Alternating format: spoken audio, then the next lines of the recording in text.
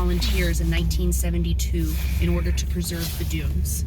They grow in what's called a rhizome growth.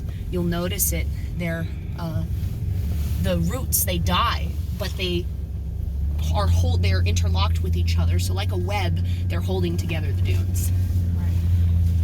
And this grass was specifically selected by conservationists for that purpose.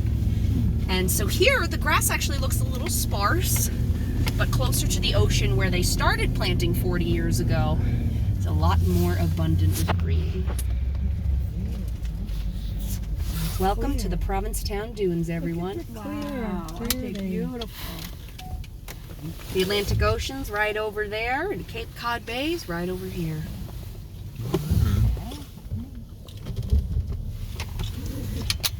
So that little strip of land that you guys drove up on to get here didn't even exist until the 1890s.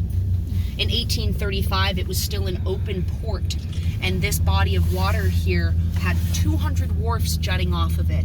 You'd have 200 feet boats come in, bringing cargo, bringing whale, remnants, and fishing gear, lobster traps, and this whole curve of the Cape was a very bustling port. But the sand from the dunes that at that time weren't covered in grass, the sand blew in and filled in the harbor. And so they built a railroad there in 1890. And what was once known as Old East Harbor became Pilgrim Lake. It's only 6 feet deep. People kayak and capsize and they stand up. It's really, nothing to shake a stick at except its beauty. And it's all brackish water, so it is salt.